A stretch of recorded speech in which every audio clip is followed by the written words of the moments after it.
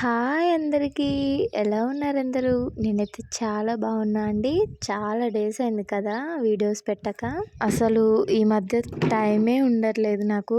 ఎప్పుడు వీడియోస్ పెడదామన్నా ఏదో ఒక పని వస్తూనే ఉంటుంది.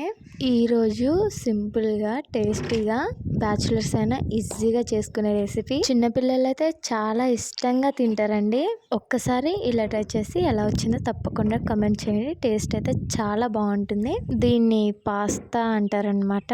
ముందైతే ఎలా చేయాలో చూద్దాం రండి. ఫస్ట్ అయితే మరుగుతున్న నీళ్ళల్లో కొంచెం ఉప్పు, ఆయిల్ వేసుకొని పాస్తాను వేసుకొని, నేనైతే ఇక్కడ 1 కప్పు పాస్తా వేస్తున్నా అండి.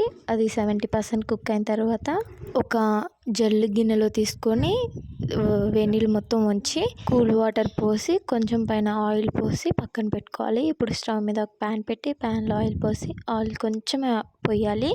ఆయిల్ హీట్ అయిన తర్వాత పచ్చిమిర్చి 3, ఆనియన్ 1 బిగ్, టమాటా 1 అండ్ కరివేపాకు కూడా వేసుకొని మంచిగా కలుపుకొని మూత పెట్టుకొని మగ్గనివ్వాలన్నమాట.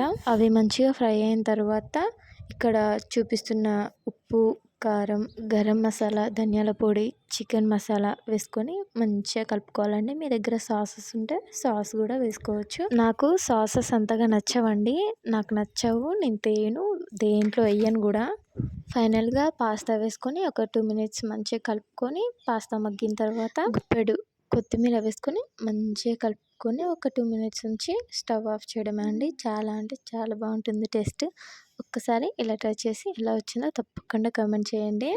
మీరు ఫస్ట్ టైం నా ఛానల్ని చూసినట్లయితే ప్లీజ్ సబ్స్క్రైబ్ మాత్రం మర్చిపోకండి. ఇలాంటి మరెన్నో వీడియోస్ కోసం పక్కనున్న బెల్ ఐకాన్ని కూడా నొక్కండి. Keep watch my channel. Please నా ఛానల్ని సపోర్ట్ చేయండి. అంతవరకు బాయ్ బాయ్.